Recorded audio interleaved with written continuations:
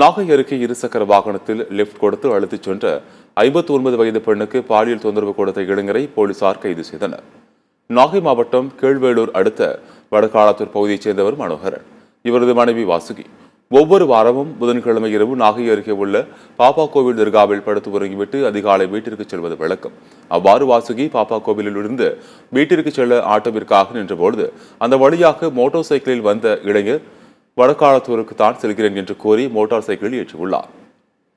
அந்த இளைஞர் வழியில் வாசுகிக்கு பாலியல் தொல்லை கொடுத்ததாக தெரிகிறது. இதனால் வாசுகி வாகனத்தில் இருந்து கீழே குதித்தார்.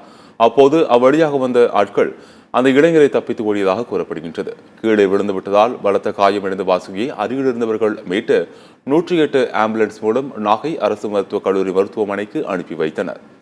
இந்த சம்பவம் குறித்து கீழ்வேளூர் போலீசார் வழக்கு பதிவு செய்து விசாரணை நடத்தி பெரிய நரியங்குடி பகுதியைச் சேர்ந்த குமரவேல் என்பவரை கைது செய்தனர்.